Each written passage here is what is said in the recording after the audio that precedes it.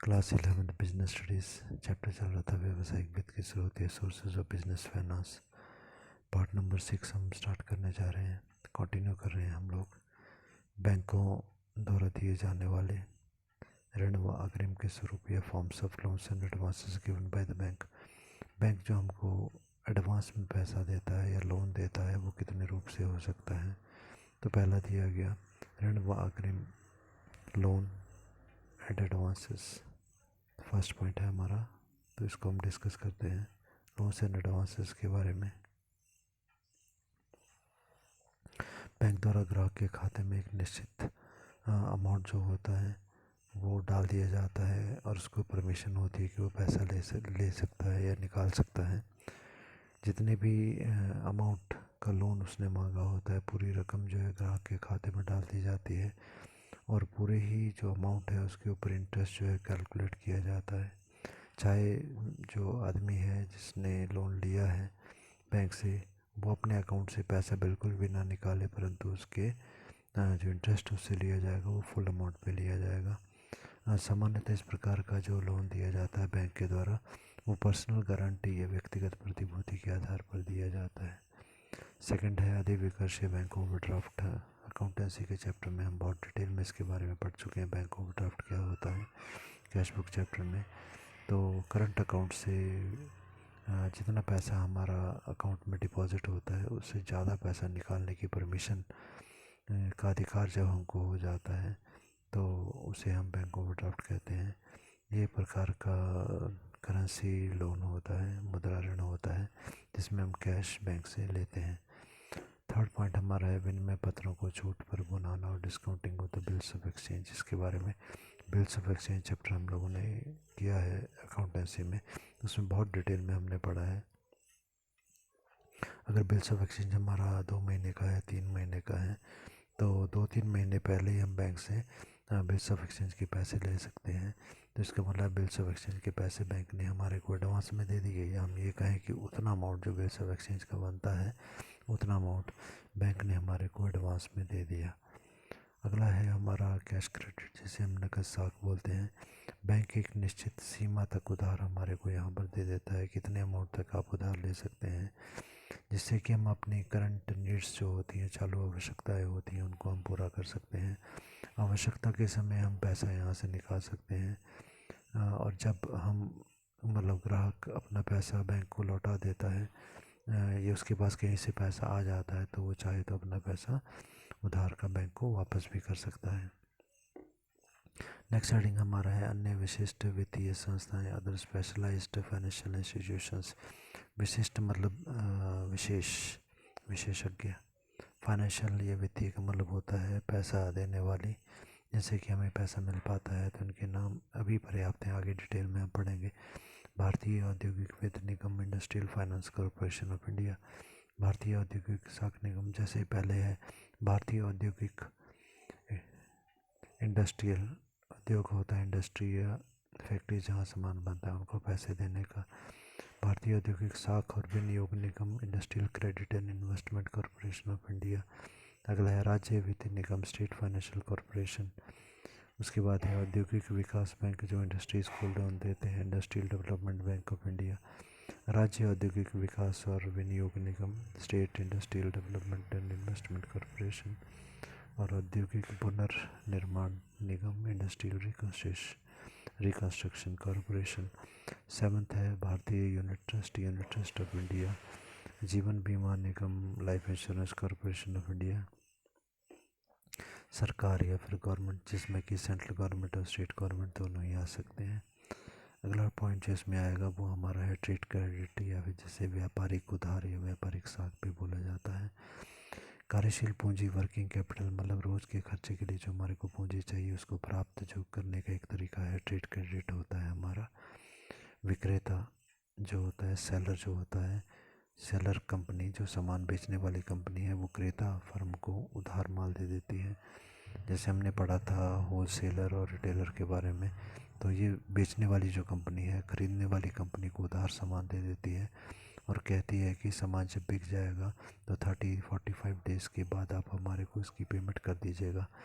तो अब कितना पैसा देना है, तो उधार की मात्रा या अवधि कितनी होगी, अवधि मतलब कितना पीरियड होगा इसका, कितना उधार देंगे, क्वांटिटी और पीरियड डिपेंड करता है क्रेता फर्म की साख के ऊपर, कि जो फर्म परचेज जिसको हम उधार देने जा रहे हैं उसकी गुडविल कैसी है, उस कंपनी की फाइनेंशियल पोजीशन या वित्तीय स्थिति किस प्रकार की है।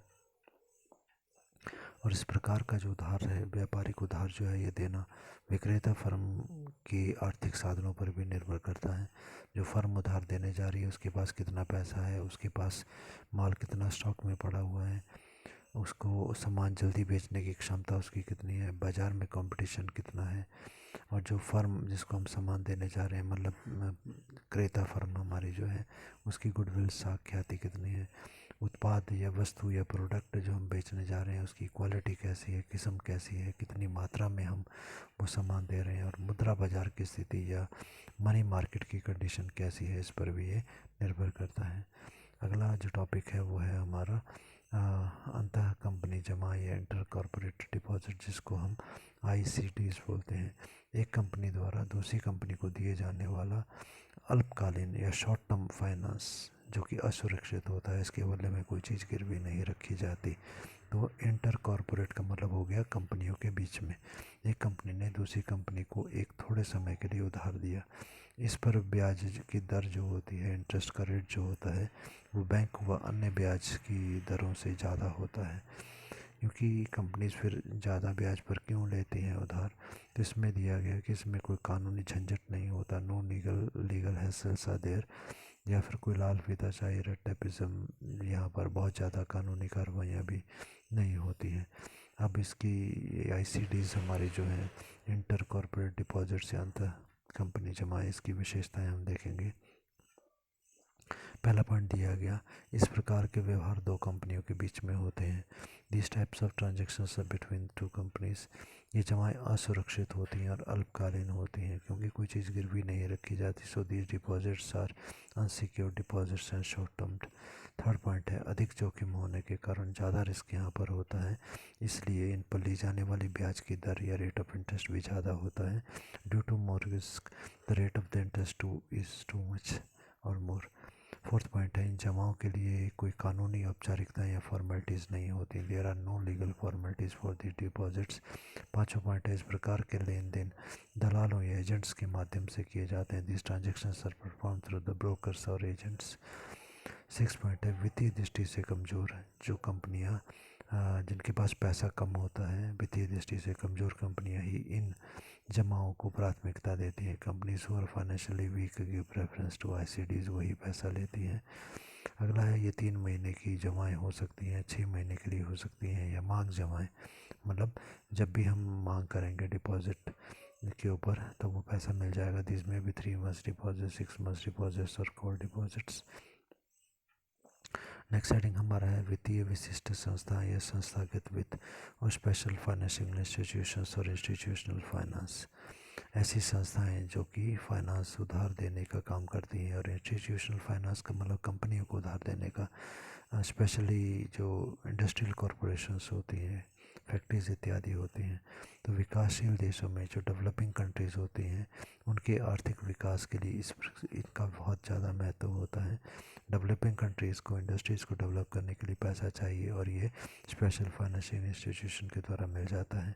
व्यावसायिक इकाइयों का ये प्रवर्तन करती हैं। व्यावसायिक इकाइयाँ मतलब बिजनेस यूनिट्स या बिजनेस करने वाली कंपनियाँ, उनको प्रवर्तन करती हैं मतलब प्रमोट करती हैं, उनको स्टार्ट करने में मदद करती हैं।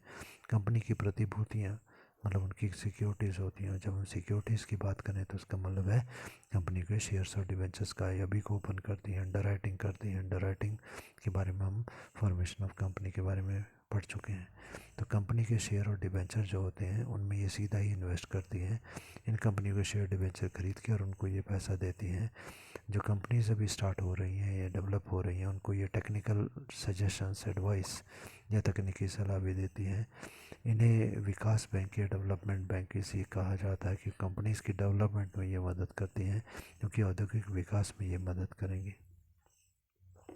नेक्स्ट हेडिंग हमारा आ जाता है संस्थागत वित्त के उद्देश्य। अब objectives of the institutional finance, संस्थागत वित्त। तो फर्स्ट पॉइंट है देश के संतुलित विकास के लिए, पूरे देश का संतुलित विकास, बैलेंस्ड डेवलपमेंट। इसका मतलब ये हुआ कि जो पिछड़े हुए क्षेत्र हैं वहाँ पर भी इंडस्ट्रीज़ को लगाया जाए और उनको भी डेवलप किया जाए। सारे देश के ओवरऑल डेवलपमेंट होनी चाहिए। पिछड़े इलाकों में स्थापित इकाइयों को ये वित्त प्रदान करती हैं। जो पिछड़े बैकवर्ड एरियाज़ में जो इकाइयाँ मतलब कंपनीज लगाई जाती हैं उनको ये पैसा देती हैं।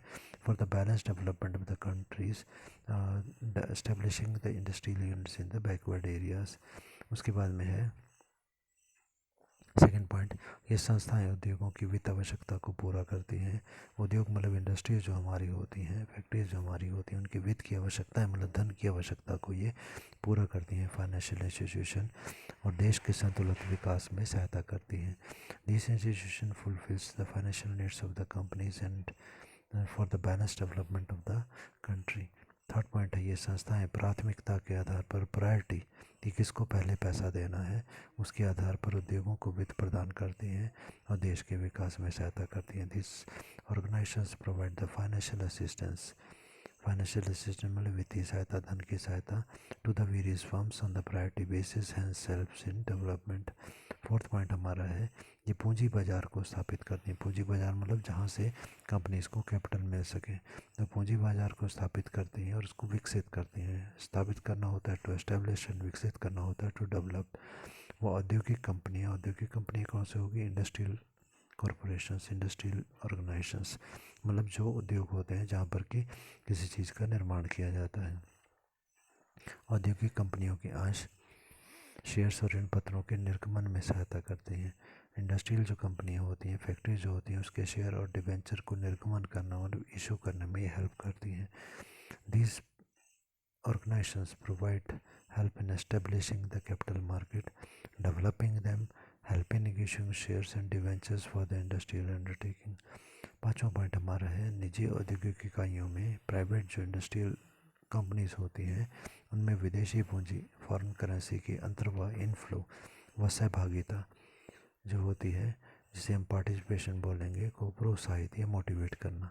सो providing the capital inflow and the participation of the foreign capital in the private industrial units.